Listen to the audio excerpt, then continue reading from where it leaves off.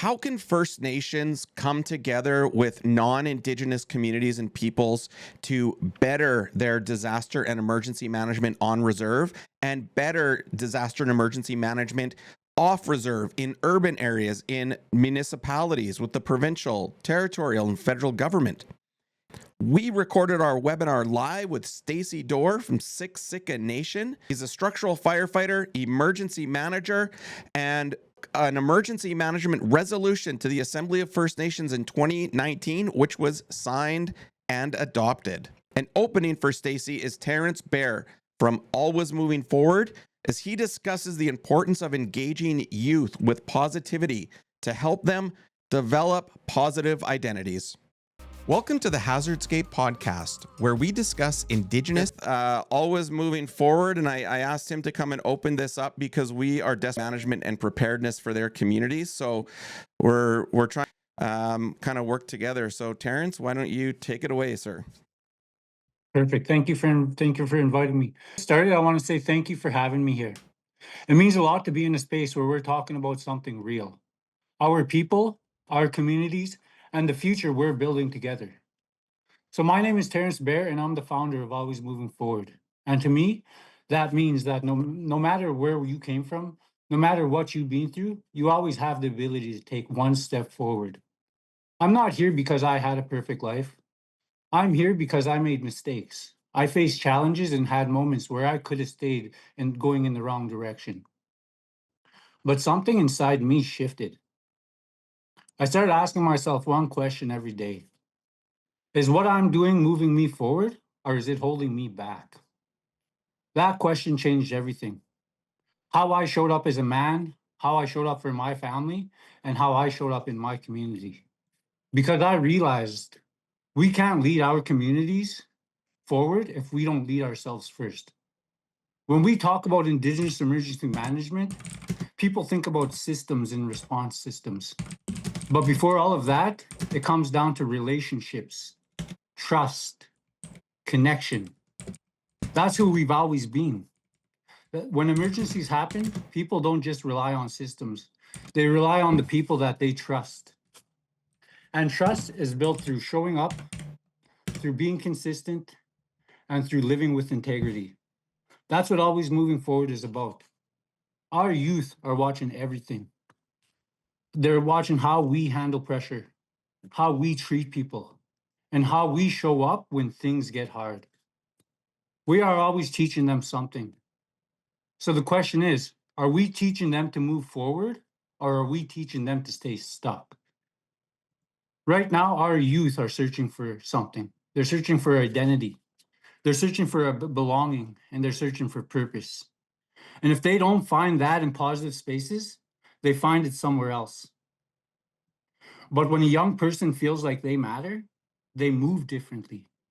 They make better decisions. They become leaders. When we bring that into emergency management, now we're not just responding to problems. We're building strong, connected communities. Imagine youth who feel responsible for their community.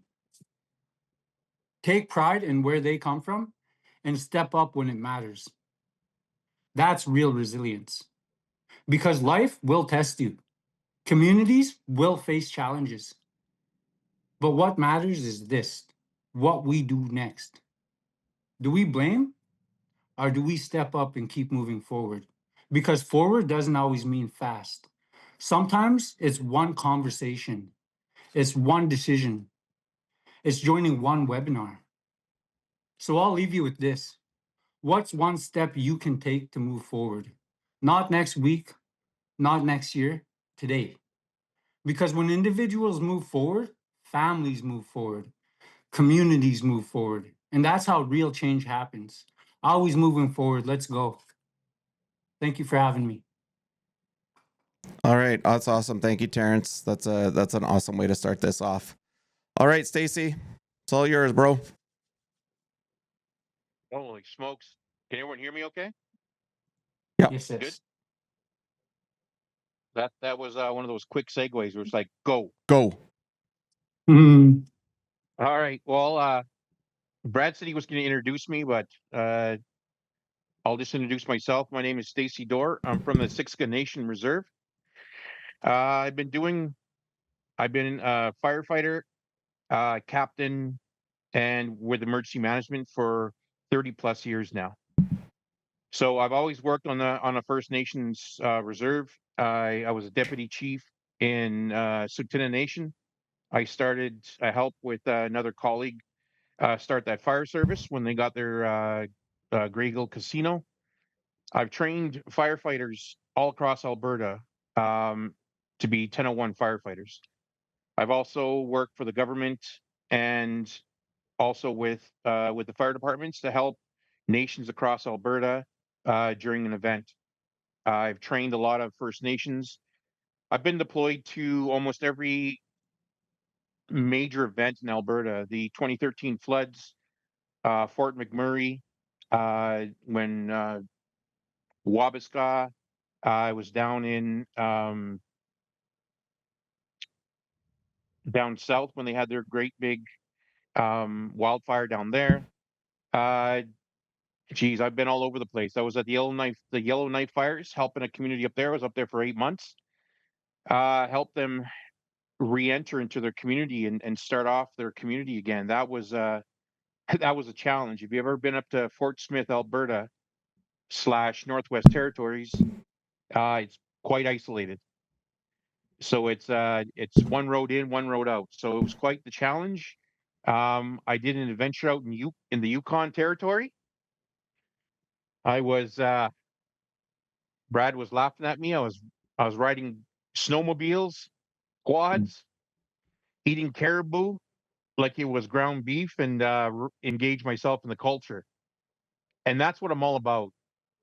Um, Whenever I help a community, I like to go. The first thing I ask is, where are they in the community? And I drop myself in that community and going through what they're going through. I'm there to ask questions. I'm there to help them.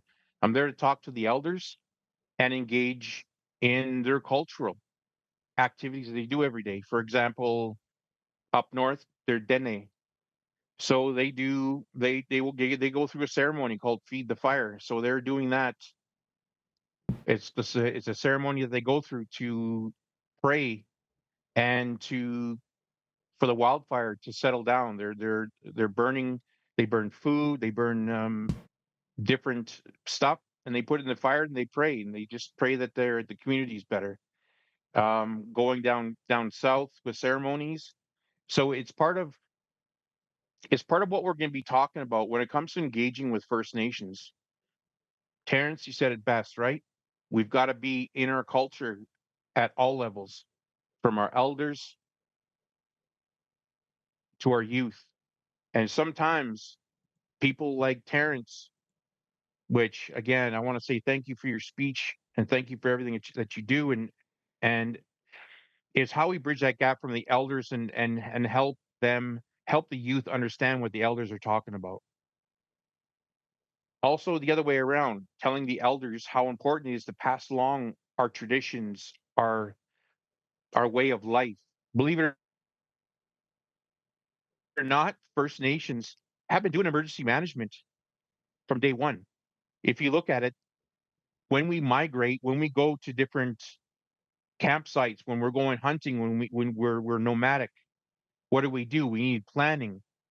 We need everyone to do their job. We planned for bad weather. We prepared ourselves for that trip. The kids, the youth, the elders. What does that look like to move the communities?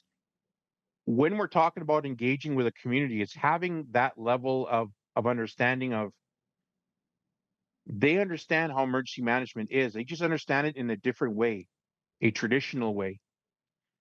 And if we can bridge the way the youth think, which is technology, AI, it's hard for an elder to understand what that is. But once they do, you can imagine the strength we have when they merge together. And Terrance, I'll go on what you said. Is that moving forward? The steps of moving forward is merging the youth and merging the elders and going forward. So I think that's very important. And on top of that, how that works with that unification is what we're going to talk about today is How can municipalities, stakeholders engage within the First Nations community? Which is very important because it's a very fragile system with the First Nations because they already have some distrust, whether you're the most honest person in the world, and that's a hurdle. And I think it's come now for my nation, for myself as a Native person, to let that go and trust the people that want to come in and help us and ask the right questions. I'll quote some of the stuff the elders have told me before, and as we go here, I like what one chief said to me is that when we come to the table, we have to come to the table not hungry. We're always coming to the table hungry. And what he meant by that is we come to negotiations, we come to talk to the stakeholders, we come to talk about the things that we need, and we're ready to if you give us something, we're ready to accept it. It doesn't matter what it is. And sometimes that's not the right decision. So that's that type of stuff that I want to bring up and recognize for everyone to understand that how they're thinking already and how we can work together and approach the First Nations. So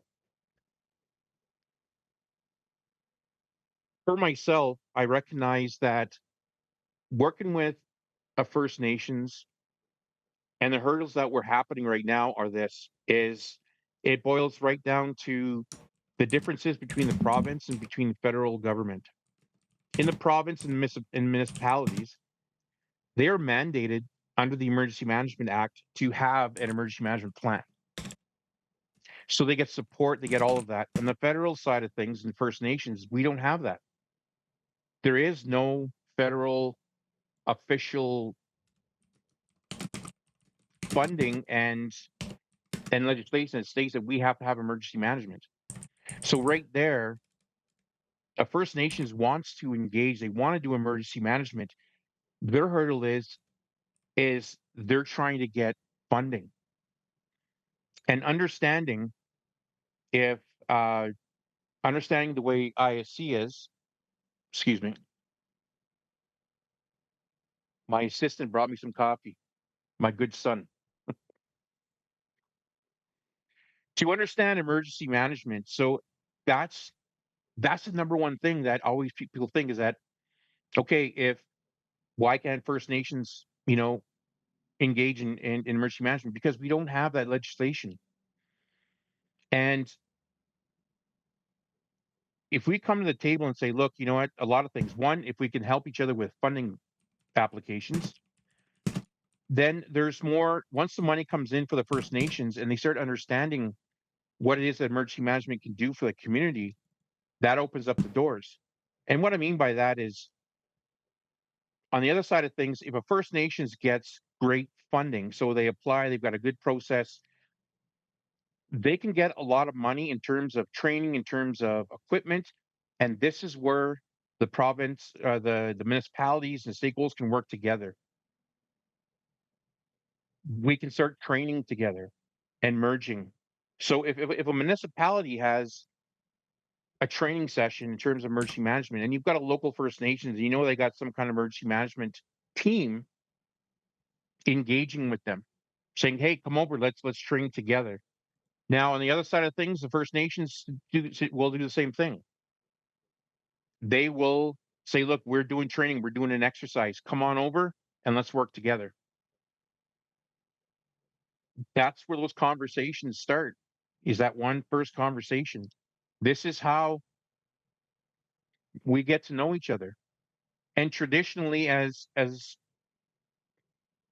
the way we work on our reserve, the way we work as natives is this: we like relationships. That's number one over everything. Sitting and having coffee as a team and just talking, laughing, joking, teasing each other. I always say this: if you walk into a room full of my brothers and sisters and my elders, and they start teasing you or trying to marry you off, it means they like you. It means they're bringing you in. That's how we voice that we're accepting you is we tease you, we accept you, and we invite you.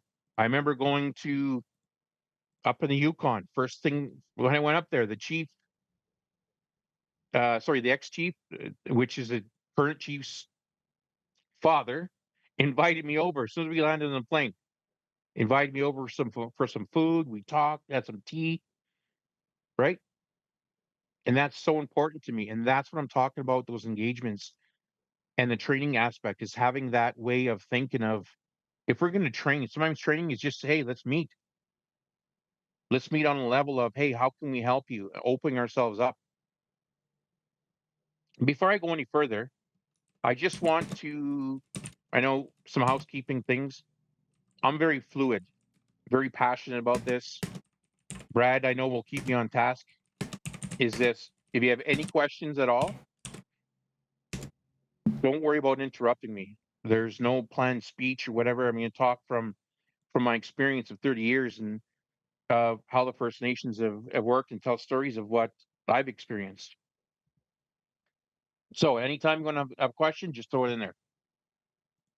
And I was going to do this, sorry, at the beginning, but I'll add in the chat. I wanted to at least give people a copy of the resolution number for your AFN, Assembly of First Nations resolution from 2019, because I know you're just talking about legislation and the importance of that governance. So if anybody wants to check out that work as it relates to it, I'll add in that reference. Perfect. That's a good segue. Thank you, Brad. So let's start talking about how we can, at a higher level, how we can engage.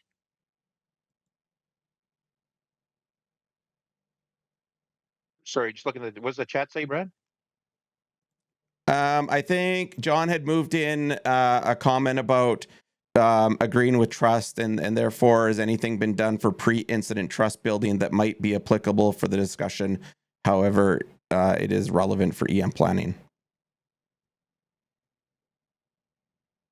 Yeah, good question. So yes, there has been a lot of talks and a lot of things to engage in the First Nations. Um, is there any example that you have? Like, are you talking just engagement with the First Nations, or the process of working with them? I think he was mentioning pre-incident trust building. Oh, gotcha. Okay, I'm just reading it Yeah, down. Sorry, I maybe apologize. even outside of like training and exercises, right? The regular stuff. But what else? You want to say something, John? No, he's kind of in the background. Am I allowed to jump in? Yeah. Yeah, Oh, yeah. absolutely. Sure. Sorry, yes. If you want to jump in, Okay. you jump in. Raise your hand and jump in there. I'm one of those students that sticks a finger in the socket, so I'm trying not to do it. So, Stacy, you made the comment about hanging out, and when they try and marry you off and they make fun of you, you're already fitting in. So that trust building beforehand it has to be done strategically, not just running around, joining hands, singing kumbaya. But having those conversations beforehand so that when the EM or whatever is unfolding, you still have the relationship of, hey, John, how come you didn't marry whoever? But it's in the context of trust in emergency situations. So that's what I'm trying to illustrate, because trust is a performance issue. You and I could be friends for 40 years. It's Absolutely. did I follow through on what I said I was going to do? It's about commitment and delivering. Building those beforehand. Has there been much discussion, exploration? Anyways, I don't want to send you down a bunny trail. It's okay. No, it's perfect, John. Thank you for the question. Yeah. So you're exactly right. I like what you said, John, is yeah, we might know each other for 40 years. There have been some government officials that work with some council members that they know, right? They've known each other for 10 years. Like they sit there and go, oh yeah, I know John, he's coming over. And then when we get to the table, it's a little different discussion, right? And I also like what you said is just use what you did, the pre-incident trust building. This is what's very important. First Nations communities, whenever someone comes to the table, they make promises that they don't commit to. And that's the one thing an elder's always said to me. If you, and I'll use in this context, if you tell an elder that you're going to be at their house at 10 o'clock, you better be at their house at 10 o'clock. Because if not, they're not going to trust you anymore. And that goes with with with what we're talking about those agreements and that strategic thing, right? Is rather than making promises, is let's have a conversation. And what that conversation will look like is this. We want this is what we're doing as emergency management or any outside stakeholders. Like, here's how we want to help your nation. We can do this strategically, we can help with this area, and listen to what how they understand that and how you can work together. And within that is just be honest with them saying, look, we can't do that, we can't do this, but we'll do this for you. And then fulfilling that obligation and not, and there's one thing that kind of, again, that strategic way of thinking is this. Sometimes, you know, some companies and some governments, they go down that rabbit hole and they do too much for the nations. And that just that little bit of switching the way that you're going to do things is you're telling them what to do again, and that can offend them too also. So because you're taking away that way of them having control over that. So thank you for that. I like the approach of that strategic way of how to approach things, right? um we want to talk about the resolution that I put together. So the resolution that we're talking about at that level was when I was the director of emergency management and public safety for Siksika Nation. I started thinking of exactly what I was talking about before, is how can First Nations build resilience? How can they build that power? How can they be at the same level as the province in terms of support, training, and everything? And what I did is I put together a resolution that stated that it is very important that First Nations have their own emergency management. Now, what I said was director of emergency management, which means in every community, and with that, what that means is that every community has a direct emergency management and they're funded by the government and they're supported in terms of ISC funding, in terms of training, all of that. In my resolution, when I talked to the Grand Chiefs and everything, I explained this to them when I was up there, was if you have a direct emergency management in your community, you know how to respond, you know what's important. Every nation across Canada has got a different risk assessment. It's got a different way of and things that are impacting their community. So when you have a person from the community being the direct emergency management, or a First Nations person from another nation that understands, that's going to make a huge difference when it comes to response in any kind of emergency management or any kind of incident or event that happens within your community. So when that legislation went through, they approved it, they loved it. Um, I was talking to the officials outside and discussing more, and they're like, Stacey, that's a really great idea. Now let's flash forward a little bit, and I continue my work as director of emergency management. Now they come out with a coordinator. They finally come out with funding for a coordinator. I thought was great. However, it goes back to what I said in the resolution, is again that support. Yes, they gave money to have a coordinator of emergency management within the nation, but the one hurdle we have is, yes, you can give money, but there's not a trained emergency management person within your community. So you're giving money to a community, they hire a coordinator, and now the coordinator in the first 1 or 2 years is just learning how to do their job. He's just learning.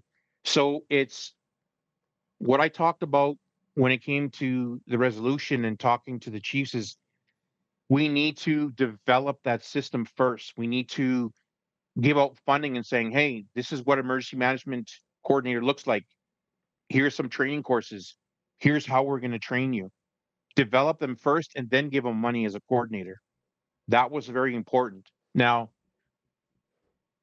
I'm still glad that they're giving money as a coordinator because there are some individuals in the First Nations that have the ability to become an emergency management coordinator and can help their nation. However, the other thing that I wasn't too happy with is there's a terminology coordinator. Here in Alberta, they've always used the term director of emergency management. As a director of emergency management, when I was here at Siksika Nation, I made sure that council put me at a level that I could speak with all the managers, with all the officials to actually come to the table and make decisions. As a coordinator, you've got a lot of hurdles. You've got maybe two bosses to try talk to about First Nations or talk about your what you want to do within the First Nations. So I don't want to go down my rabbit hole too, but that's what the resolution was talking about at that level. And the other thing too is now going to the province. So talking with ISC and talking with the officials in Indigenous Services Canada, and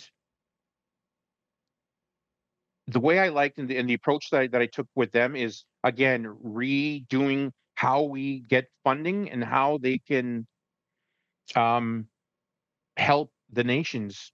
So it's again building that relationship. So it's telling the government, hey, look, yes, we need funding, but have a strategic way of doing of what you're asking for. Traditionally, natives will just receive funding, they're just going to apply and get as much money as they can, but they don't have a plan how to spend it strategically. I brought to the table, this is the three-tiered way of how funding should be on the First Nations. Here's a report. So we're doing the legwork. Here's how we want to develop our community, our emergency management program. We only need this amount of money. Once we get that money, we show them in the report. ISC was throwing money in terms of to the First Nations because they understood. And what I want to talk about too is how we engage with the government municipalities. Is we empower ourselves by saying, look, this is what we're asking for. I talked, John, what I said about before is those strategic way of how we're going to engage with each other. Is we need to tell the province, the municipalities, the stakeholders, this is what we need and this is what we want.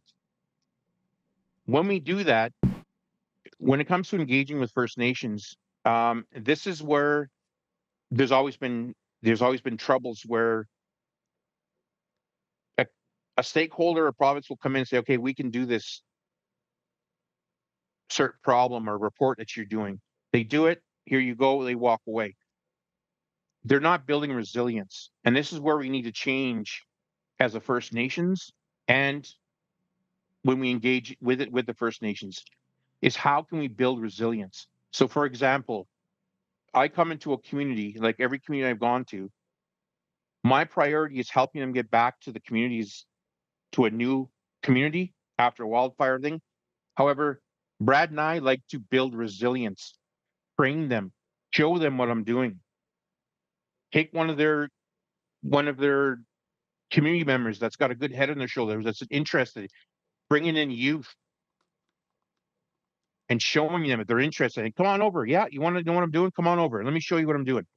Here's a reentry plan. Here's how we plan it. Here's how we do an evacuation. When we build that resilience, when we not only engage with the First Nations community, that's the relationship that will strengthen. And that's as First Nations, what we need to do is build that resilience. So when we start asking for someone for help, it's like, okay, anybody here, we'll say Scott as an example here on the feed here is Scott, you come into my community.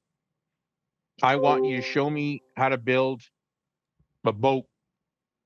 I need a bunch of boats built. You build them for me, but I'll tell you, Scott, part of our agreement, part of what we want to do is I want you to show our youth and our community how to build those boats.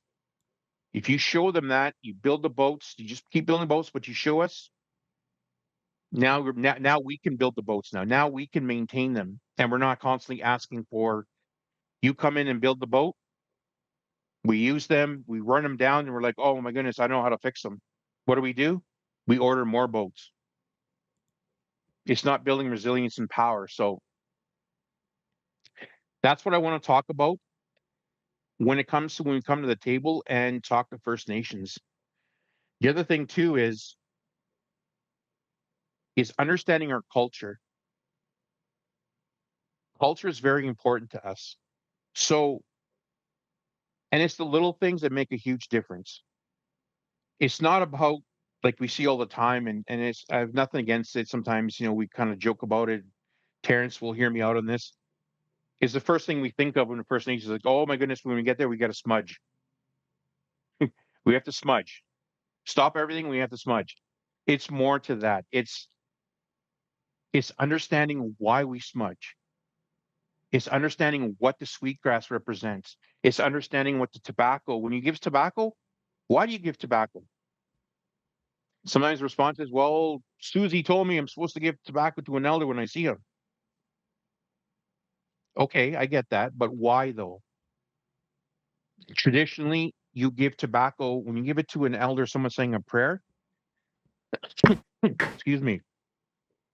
They take that tobacco and that's what they use to pray for you. So you're asking them to pray for you. They'll go out, they'll say a prayer for you, and they take the tobacco and they give it back to the creator.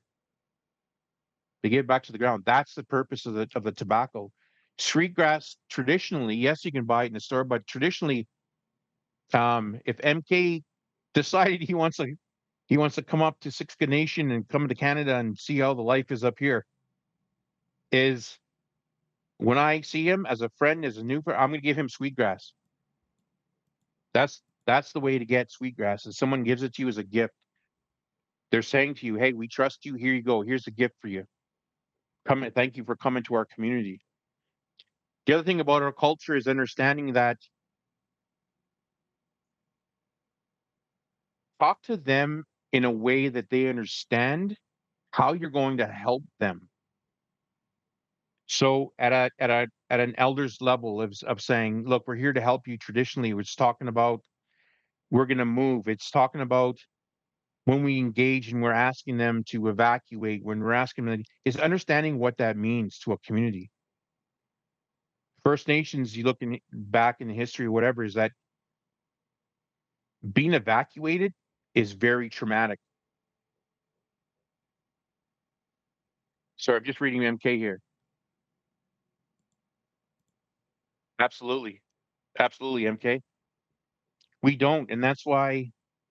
Yeah, I won't go down that rabbit hole also too, but I'm on the same thing. When I go into some of the outposts here that we have and some of the crafts and that they sell, they've converted and saying, oh, we can make money and sell some sweetgrass, but I'm just like, we don't do that, right? I'll never buy sweetgrass. If it's gifted to me, I'll take it and that's it. If I have some, I'll go buy some, or I'll go pick some or get some for the elder, and that's my gift to somebody.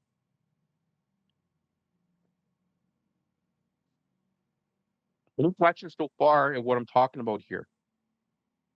I know I talked about legislation. I talked about how we're going to engage with the province, talked about our cultures, and talked about unifying our training together.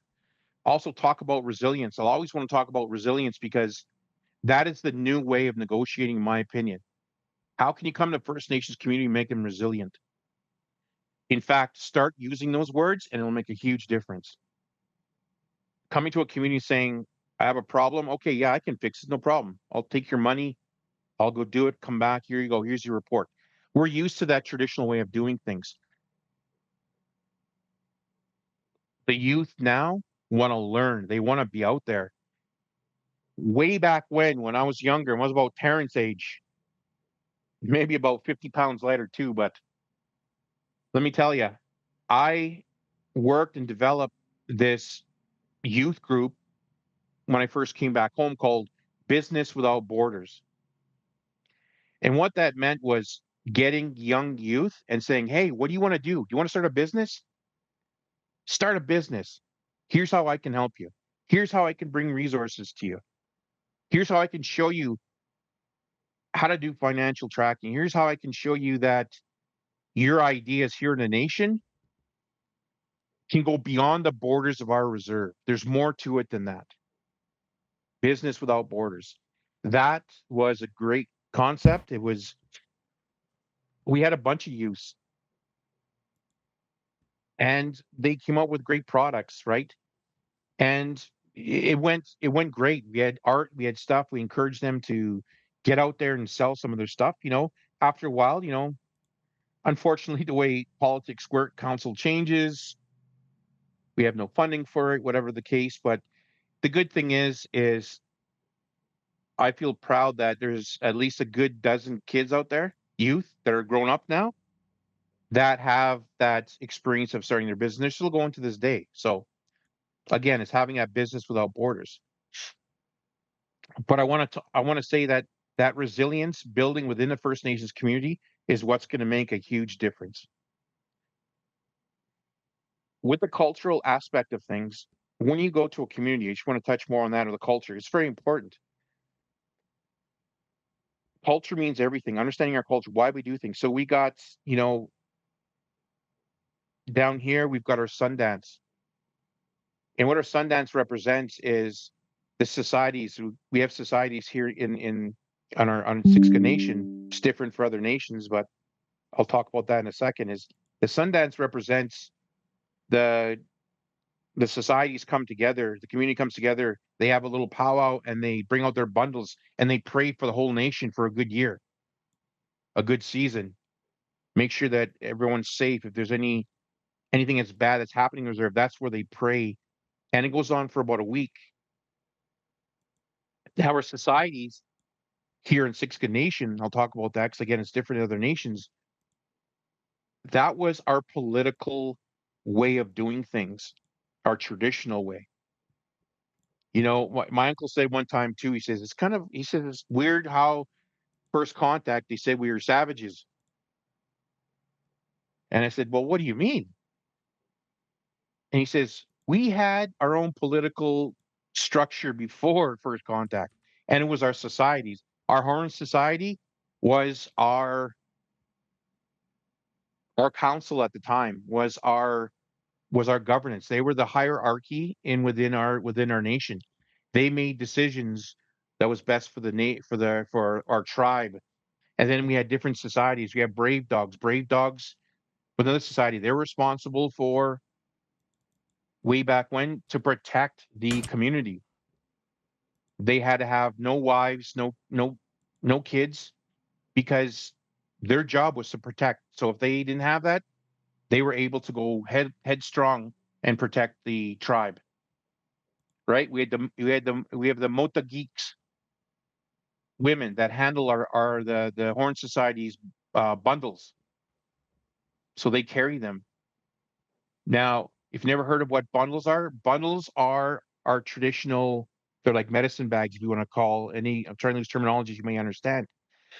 And the Horn Society, the Moto Geeks women are the only ones that can actually open up that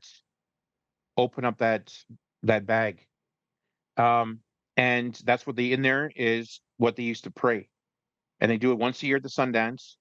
And even the care, even having the knowledge of, I always tell this to the new RCMP, or if there's an evacuation, is if you understand how a bundle is and how it is, if you know somebody has a bundle, then you understand when you go ask them to evacuate, you can't knock on the door. That's a no-no. And I'm like, and they always say, well, how do I, you know, ask them to knock on, how to get them to go? That's why people laugh. You hear I know my nation here. I know that there's a couple of people here that have bundles, and that's the only place where somebody pulls up and they're honking the horn. And some people are like, why are they honking the horn? Because they got a bundle. They can't knock on the door or the doorbell. Or if the doorbell doesn't work, then that's what they'll use. But it's understanding that. So you can imagine an RCMP member banging on the door and not understanding how a bundle is. That can offend them right there. Already you've made them angry. To understand how a bundle's like a baby. You can't have loud noise. There can't be drinking. There can't be swearing. There can't be arguing within that house. It's a sacred thing. And then even when you ask them to evacuate, there's a ceremony to take the bundle out of that house.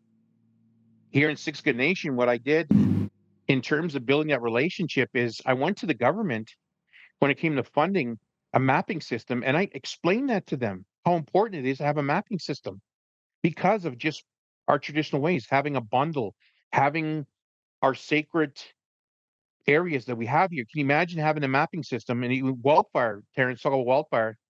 If they're building a fire break, can you imagine if they built a fire break in your nation? That's a traditional gathering point of where you gather every year. Gather berries, gather your stuff. I know in northern communities that's very important to them. There is a gathering piece to their way of life every year. They go hunting a certain time, they gather, they get their medicine, they get their everything that they need, right? They hunt for the community, they hunt for the elders. So you can imagine, I explain that, and that's what we're talking about at higher levels. Explain that to the nation, to the government. This is why we need good mapping. So that if they need to build a fire break, they're not going to build a fire. Can you imagine? I always use the example. Can you imagine if they had to build a fire break and bulldoze right through where our Sundance is? My goodness, that would be devastating for us and would raise such an uproar.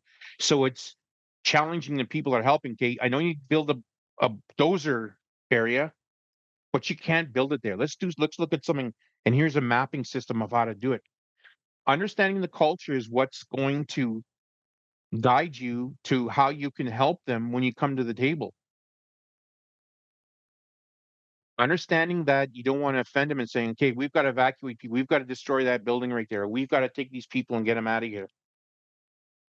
Depending on their traditions, you may need to change things. I'll stop there for a second. Any questions? MK, Uh, go ahead. If you want to say something, it's kind of hard for me to look to read and talk. You just say what's on your mind. Yeah, Mahu. No, that's great information. We've done something similar. It was a project I did while I was working on my bachelor's. We created what I call a reverse map. So I have a map of Haslett Basin of our ancestral area, and we've had several fires in there recently: the Max Fire and the Garnett Fire, just to name two of them, last year in 2025. And what we did is we created this map so we can give it to the incident commander through the tribal liaison. Um, and it shows our culturally sensitive areas in green without identifying it. So we say anything that's not in green, we're confident that you're not going to hit anything. There is inadvertent discovery, as I'm the TIPO, the Tribal Historic Preservation Officer for my people. You know, you can always, I mean, we don't know where everything's at, but we're very confident that you're not going to hit anything. And if you want to lay dozer line or hand line, we're comfortable with you doing it here. Stay out of the green. And I've had a couple, well, what's in the green? You don't need to know what's in the green. You just need to know to stay Right. out of it. It could be a burial site. It could be a village. It could be a gathering area, you know, where the aunties go and collect redbud or a white root, or it could be pepperwood for us, California Bay, because we don't use willow where we're at because we don't have it. So we use California Bay for our lodges. I said it could be anything. It doesn't matter. It could be wild tobacco that we found in a field, but we want you to stay out of it. And that has worked well for us. And a lot of it's because of those, like you talk, you've got to have those relationships ahead of time because there's nothing worse than passing out. I don't even carry business cards anymore. I think they're worthless. You don't develop a relationship with a business card. So you meet someone face to face, you get their information, you keep meeting with them, and you develop that before something happens, not afterwards. Because I never want to meet somebody during an incident. I should know who they are before an incident. That's awesome, MK. You know, I love it. You know, and meeting someone face to face and how you meet them face to face, not only First Nations do it, but most major cultures do it. I remember I was picked because I was doing that Business Without Borders to go to Hong Kong for a trade mission and show them our culture and true culture, not just a fabricated moccasin or anything saying, hey, no, this is what a moccasin looks like. This is how we make it. It was a trade mission. And I remember they're telling me, okay, Stace, here's your business card. But I said, when you go there, you don't just go, here's my business card. You have to hold it with two hands with the name facing them and say, here's my name card. You couldn't say business card, here's my name card. And they grab it with two fingers and they get look and they look at it. They want to know who you are. He said they told me some deals, $1 million deals have been lost because someone just said, here's my business card. Thanks very much, and walk away, right? So I thank you for that.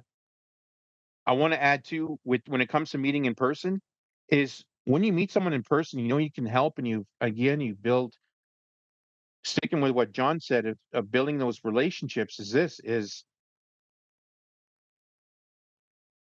if you're gonna meet them and you're interested in them, go meet them. Don't say that, hey, yeah, no, I'll give you a shout and we're gonna have coffee, and you never hear from them. And the only time you hear from them is during an emergency. You know, they're not gonna trust you. They're not gonna be you're not true to what you're saying. And even a conversation over the phone is better than saying not showing up and not doing anything, right?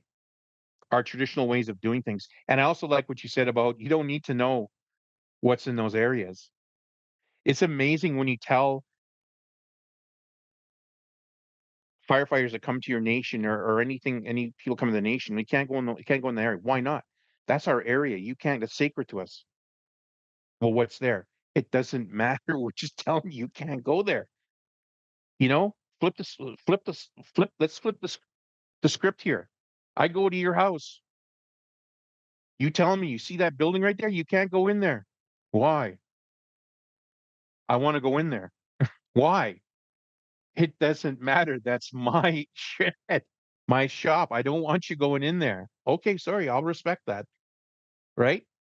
We look at it that way. Let's flip the script here and say, look, when a First Nation says, look, you can't go there, like it's, because sometimes you look at it this way. And again, I want to talk about traditions.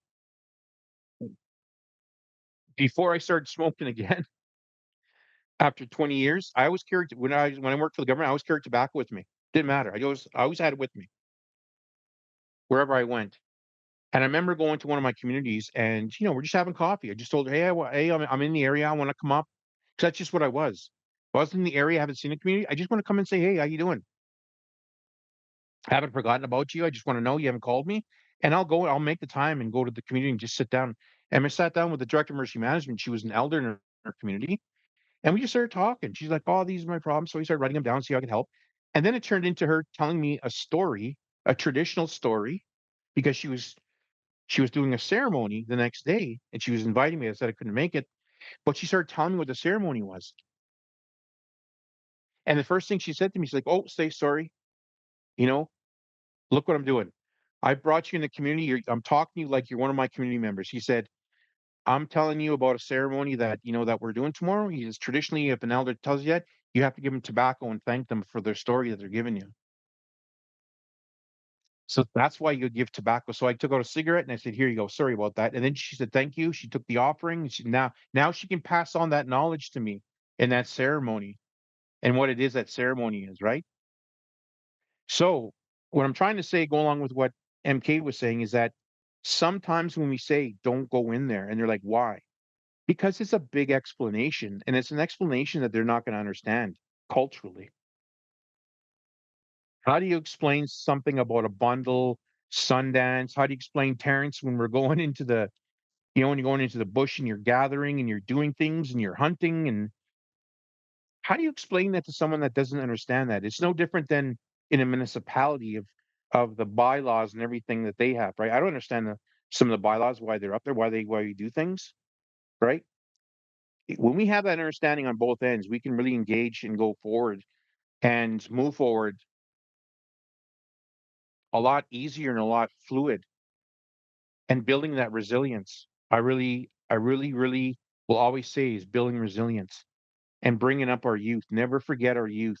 Terrance, thank you again for all your hard work when it comes to youth, because there's not too many advocates that will bring up the youth, because we always say, well, no, they don't know anything. I said, you know what? I can bring my granddaughter, just turned 9. And she probably knows more about my iPad, my computer than I do. And she comes up to me, I said, what's going on with this thing? Ah, Papa, you're so dumb. You got to do this, this, this, this. And it works, right? Our youth have a voice and they have recognition. And before I take any more questions right now, I want to say this. I did statistics. I always do statistics when I'm down here. And I told this to a council member. Statistically, here on the reserve, we have more youth, and what I mean that youth over between 18 and 21, than most of the population here.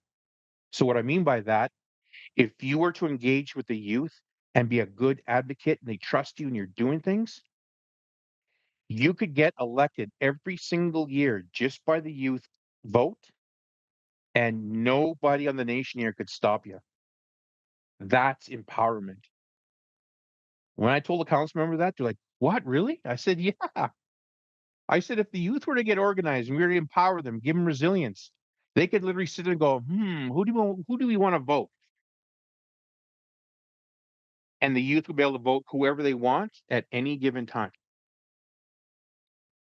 Tell the youth that. Say, look, you have power. You don't know it because we're used to keeping you at that level. But boy, you got power. You need to do things. And how we're going to help you is we're going to empower you. We're going to give you resilience. We're going to build you up. We're going to educate you. We're going to follow up. And that's what relationships are working. That's how I look at things in a community. Brad, what do you think? What's your feedback? You want to guide me here a little more? Do you have any more questions? I'll let Don't be shy, everybody. Yeah, I'll let anyone on the call. Terrance, even if you have questions or anything you want to add in there, go ahead. But if you've got questions, just come off mute or throw them in the chat, and we'll just kind of hold that space for half a minute to see if anything pops up. I know we're booked till noon, but I don't think we'll go that long unless things really heat up here.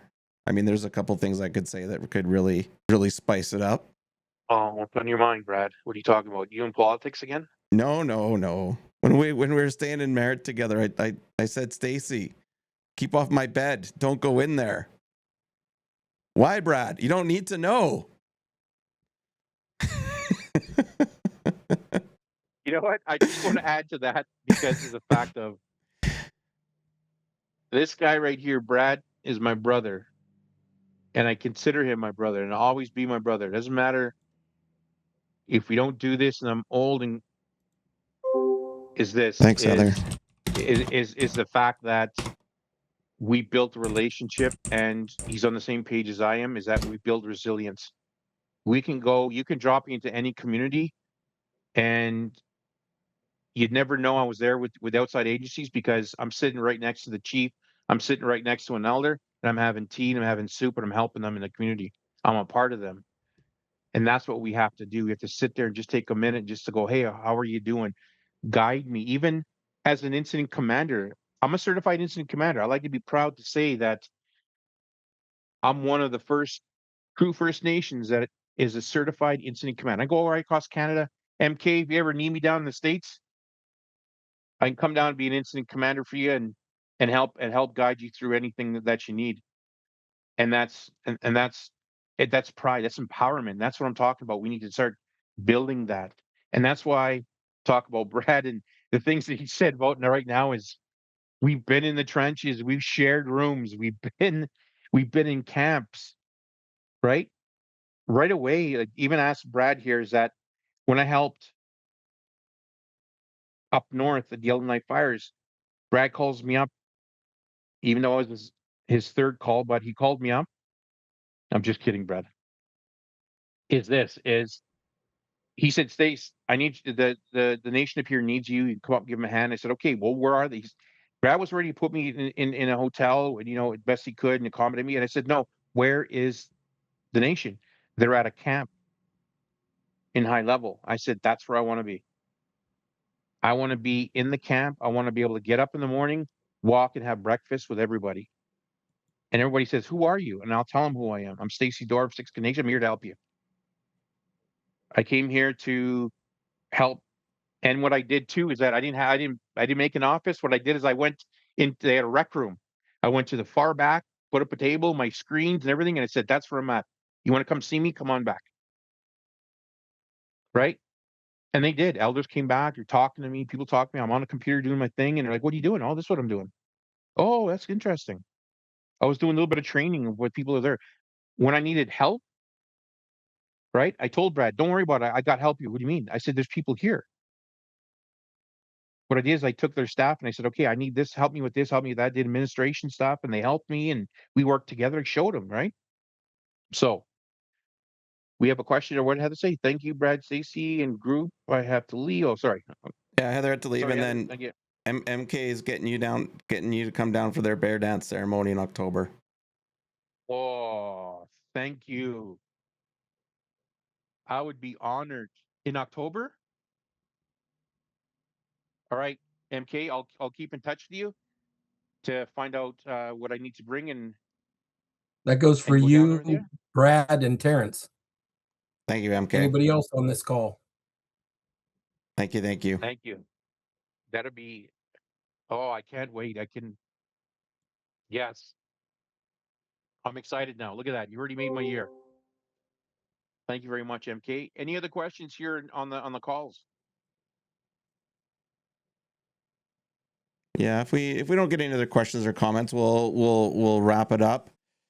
But just want to give everyone a opportunity to type them in or come off mute and add in anything, even if you're First Nations, Inuit, Métis, and you want to add something in. You're welcome to. We're all learning from each other here and wanting to engage. Okay, awesome. Thanks, MK, for. I'm going to copy that there. Thanks, Brad. And I also want to say too on this call is I'm always available. Brad, if you can write down my email and my cell number Yep. is I am always available all the time. Even if you call, if text me first just to make sure that I'm available. Text me and say, "Hey, I'm so and so. We talked here. Can I call you?" Perfect, and I'll be able to do that. Call me anytime for any other questions. Anything that you need is what I'm here for. You know, that's what I love to do, and that's been my passion. Is how can I help as many communities as I can, and also too is how I can go to a nation, even if even if you need help going to the talks of the table, talking to the big corporations, right? That's a challenge. Is how can we change our way of thinking of how we can talk to the corporations, the big corporations that come to their community. Brad and I are just a little group, but we have we have a lot to offer, and we have a lot to do with the First Nations, and that's what makes us different than anyone else. Is that we're within the culture. We understand the culture. We understand what it takes. Our job is to build resilience, and I always say that resilience is power. Resilience is power. I think I'm gonna do that. I'm gonna make a sweater. You could do your own merch. There you go. Could do your own merch. Yeah, okay. Well, I guess do you want to end it there? Let everyone get on with their day. Yeah, I just want to say, Brad, we look good? Did I cover everything? You think it's a good start?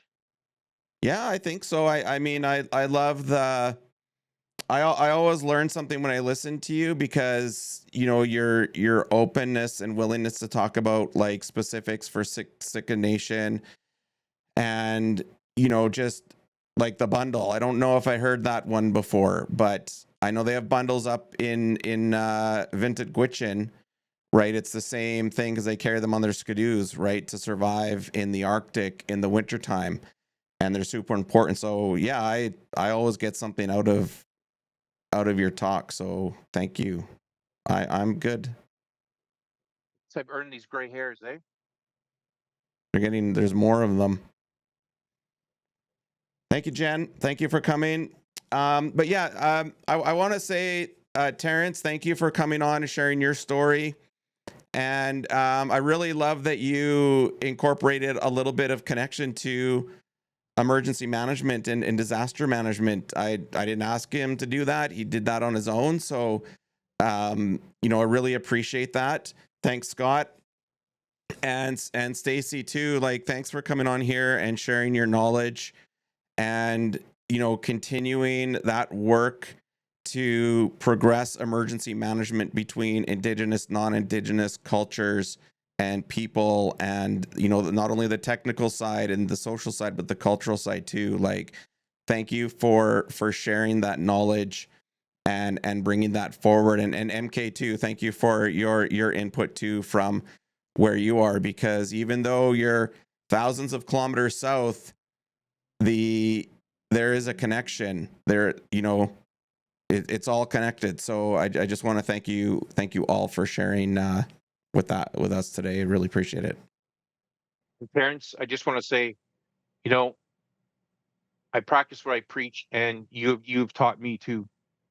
I always say this to myself, and I say this, is that if I stop learning in what I'm doing, it's time for me to move on. Knowledge, again, builds power, builds resilience. Terrance, you taught me a lot. I love the fact of moving forward. That is our biggest thing. We talk about, building that relationship that the First Nations have been a part of, right? Reconciliation. Reconciliation should work hand in hand with moving forward, right? There has to come a time where we like, okay, all right, let's dust ourselves off here, and we got to move forward now. If we're asking for forgiveness or asking for people to apologize for what they've done, yes, they do. However, we need to move forward. If we sit there spinning our wheels, the world is going to go forward without us. And the First Nations are always going to be running behind and wondering, well, what's going on? They're not including us because we're not going forward. So thank you. Thank you. Thank you as well. Sorry guys. Go ahead, I just wanted Terrance. to unmute, and I just wanted to say thank you guys for having me. I am big on youth empowerment. I have 6 kids under my roof as well. And always moving forward didn't come from when I was in my best spot. It come from when I was at my lowest point in my life, and I needed something to look forward to. So this is something that I'm continuously building, and I look forward to building connections with all of you guys, and I look forward to staying connected. So thank you. Thank you. Thanks for joining us at Hazardscape. You can subscribe to our YouTube and find our ad-free training videos by becoming a supporter on Patreon with a network of other Indigenous peoples looking to make their communities safer. And remember, know your hazardscape and be prepared.